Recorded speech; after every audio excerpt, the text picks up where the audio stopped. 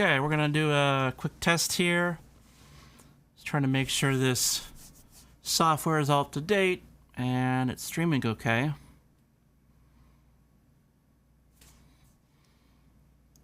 Wonder if I'm a little too bright.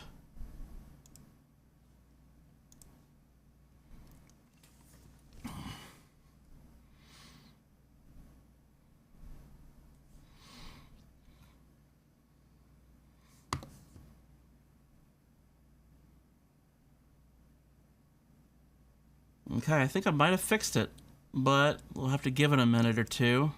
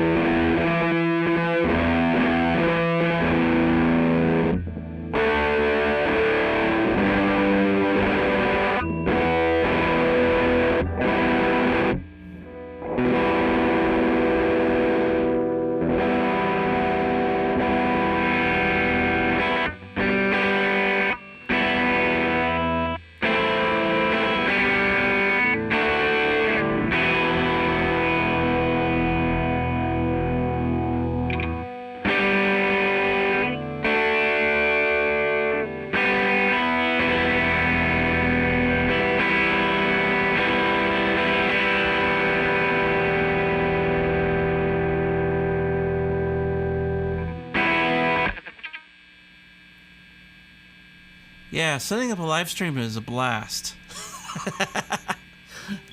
I thought I was already, and evidently my gear was like 2 years old, and I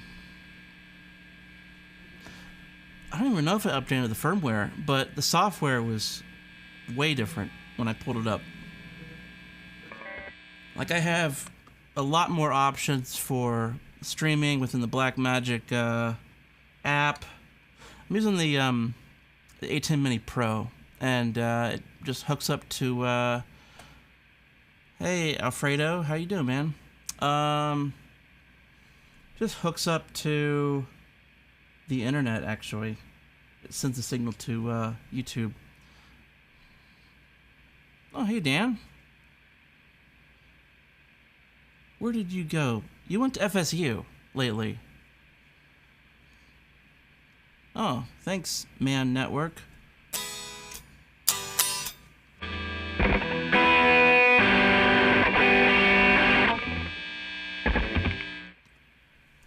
You know, I know enough to be dangerous with guitar. But I am over the hump, I think, over the learning curve, which has kept me from learning and diving into it, because it sucks to, like, not know anything, right? But I'm at the point now where, you know, I can start to build on things that have momentum. So, yeah, Dan, I went to FSU for, well, I auditioned for several colleges, but I ended up going there right when Parks was interviewing. So, cool, Argentina. So, yeah, he came in, this was like 03, 04, maybe. And at the time, the commercial music program literally was making like MIDI songs, which was not how we think of it today of like a VST MIDI instrument, but it literally is like beeping noises and like really bad sounds. I don't even know what that would be called, but it was like this really bad MIDI thing, and it was like Cakewalk, you know. And I was at a point where I was like on my own. I was messing around with Reason and Ableton Live, and I was like worlds ahead of like, you know. So it just like it wasn't quite, the program was quite ready. Oh sweet, Thomas, 163 mic, cool. Yeah, the 163X, it's pretty sweet. Pretty easy to use. That's a good sign, I think. So, Jeff, thanks, man. Thanks for saying hi. I'm good. You know, tuning is so important because you can fix so many issues just with a little bit of preparation, right? So, you know, like I'm holding this guitar, right? And I'm learning to like not overgrip the frets and like push it sharp. And it's just like, it's way easier to get good technique down than have to try to edit that later. And so much of everything that we do in the studio, it kind of is, you could say, boring fundamentals, but it's really what gives you the best results. Like consistency on hitting the snare drum, you know? Stuff like that. And it's not that your mix sucks, it's just that you're dealing with musicians that might have skipped some of those fundamentals. And so, yeah, like sometimes the best answer is to go back to the basics. So, yes, clean water. The source is important. So I've been messing around. I don't have a ton of time today, actually, because I thought I had about 2 hours, and I've been messing around with this live stream business. So I think I'm up to date with the software. It looks like it's working just fine. So I think I have the problem fixed. Let me pull up this song here. Again, I have limited time. I got to be someplace in like half hour, 45 minutes, but I'll pull up this track since I got it working, and I'll give you a little sneak peek. I'm gonna be trying to live stream all week, and yeah, just kind of get back into the swing of things. You know, I have been kind of learning guitar in private and trying to not embarrass myself, but at the same time, like, it is cool to see somebody that usually can be competent at, say, the drums or whatever, really show the process of like pushing through those barriers. I don't know when I said this. It was maybe in the previous live stream or something, that the stream that went down. But you know, the barrier, if you want to learn like drums or guitar or singing, whatever, what's really cool is, I should have done this a long time ago. Like, the barrier, it was there, and the learning curve was there, but it was almost like it was just around the corner. It was out of view, but it was just around the corner. And so I realized that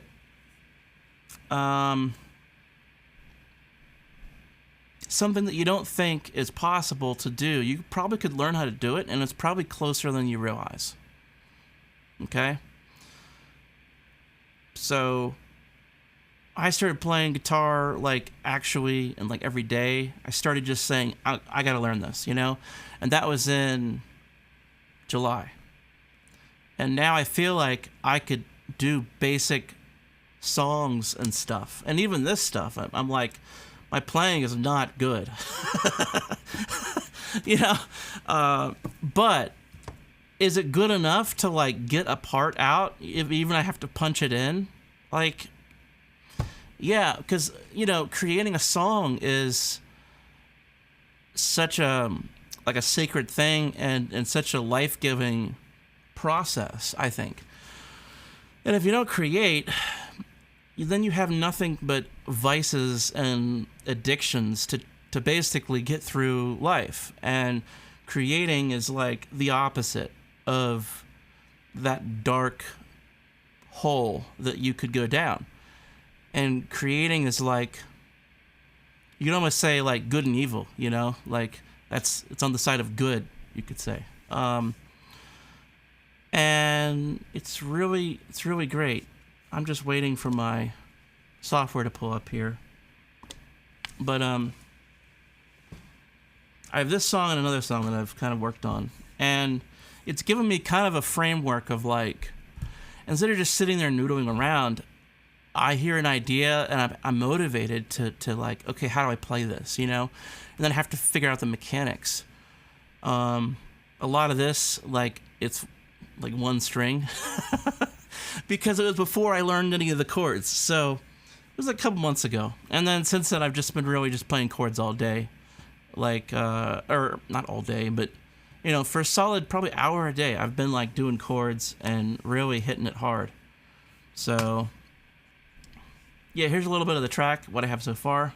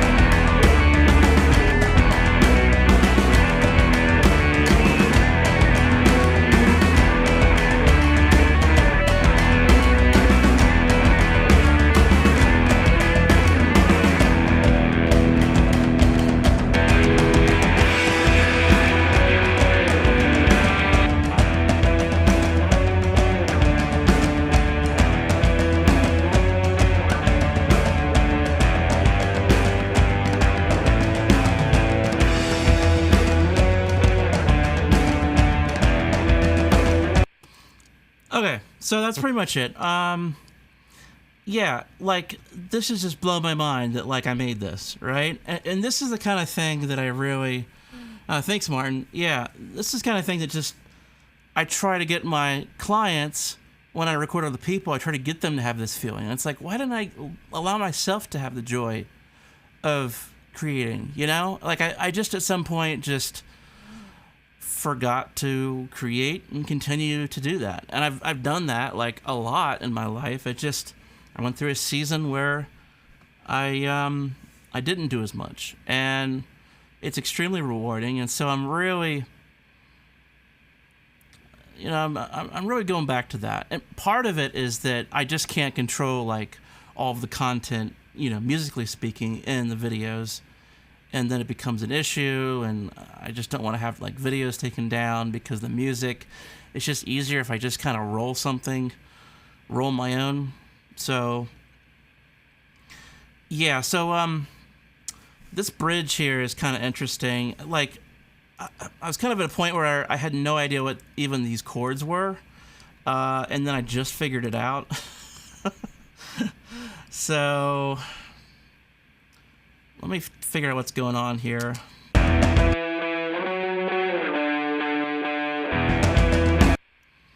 So this melody was... Nope. What am I doing? Mute. There we go. This is kind of how the bridge goes, and I was experimenting with this kind of gnarly, thing here.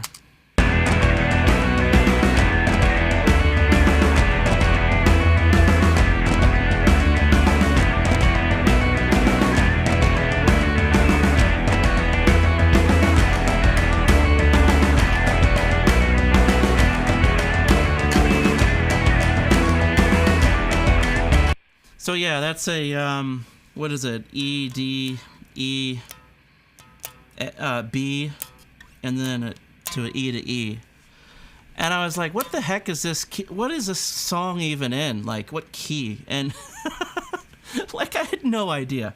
And there's still some notes in here that I'm just like, okay. But, yeah, so then it kind of hit me that, like, it'd be really, and this is the kind of thing, it's like, it ends up being too mondo, too, like, massive. And I realized I could do this sweet thing, like,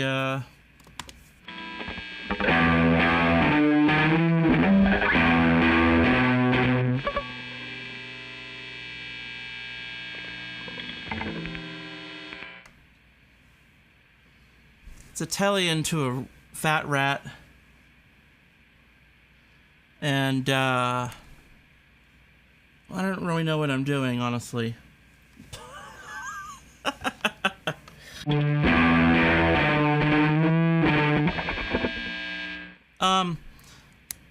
I gotta watch the gate, make sure it doesn't kill my talkback mic. But yeah, let me do a pass of this, see if I can get it cleaner. Again, there might be too much going on here. Like, it's like, there's a lot of big sounds in here, and that's kind of the problem. This pre-chorus, or whatever you call it, it was cool that it got stripped down.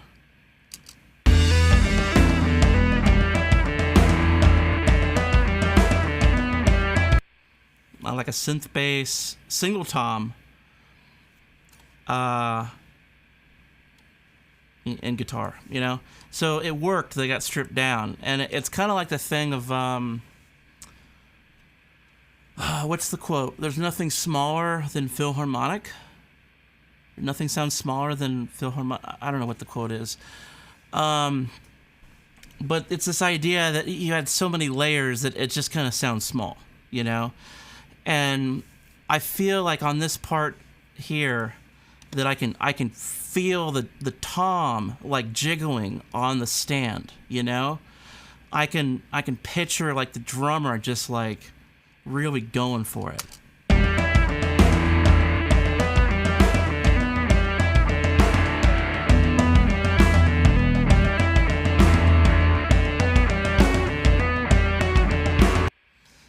Death by Audio, Echo Dream Pedal.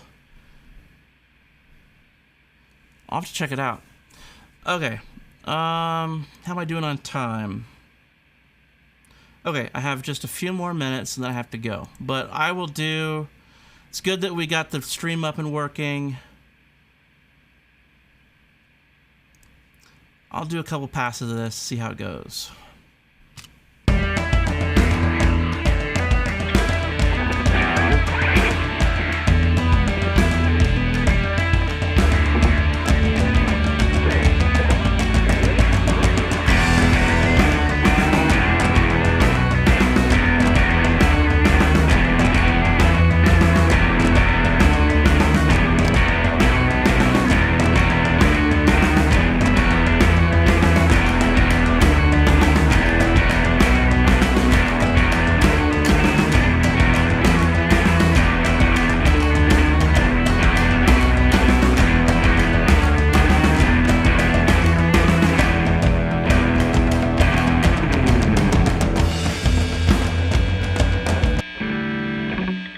something like that. Let's see here.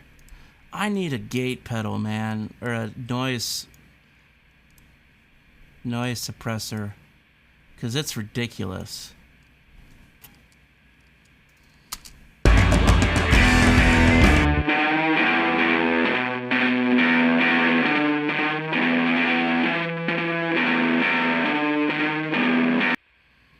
You know,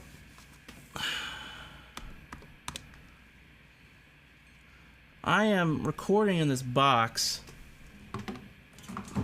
and the box has bleed to it, and it seems like it's so much thicker in the room, but I got a ribbon mic I think I could hook up.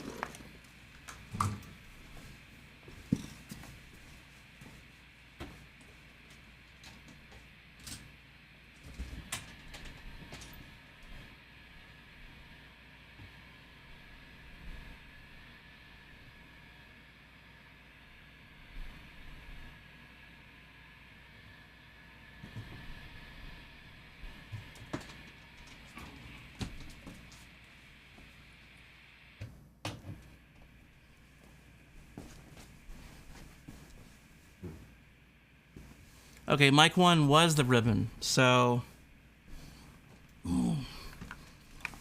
guitar tone is pretty bright.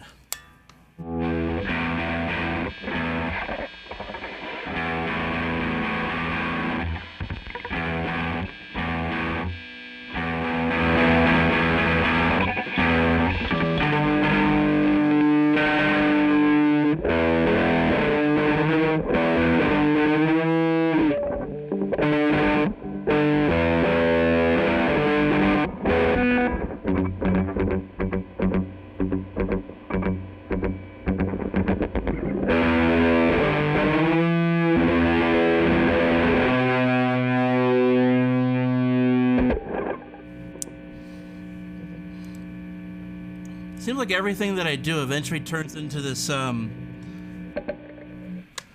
seems like everything I do eventually turns into this movie scene where, like, there's people just smashing beer bottles in a club somewhere, dancing on tables, and starting fights. That's the vibe. Maybe it's my inner self, my inner dad that wants to get out more. I crave this scene where everything just goes batshit crazy. Oh, wait. Okay, let's try it.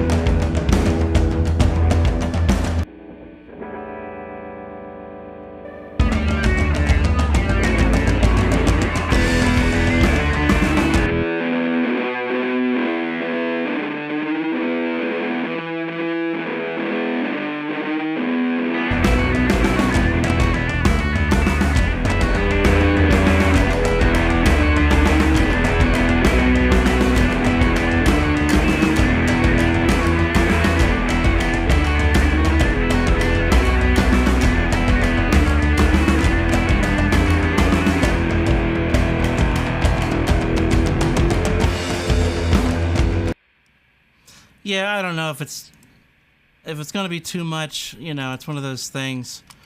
Uh, there's a million things going on. You know, recording, creating a song when you record is very different than like recording a band and they have like a certain amount of people and parts already figured out. You know, I mean, it's like cool. We probably need 50 tracks. You know, and we probably have most everything. But here it's like I have well over 100 because I'm like figuring out parts and like saving them for later. Whatever. But let me even see.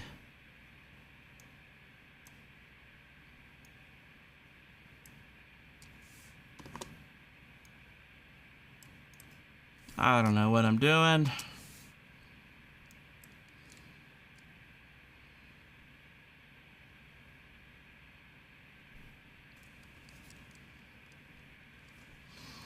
Yeah, so let's see here. Jeff says Radial Big Shot ABY has a ground lift and isolation transformer that helps kills noise.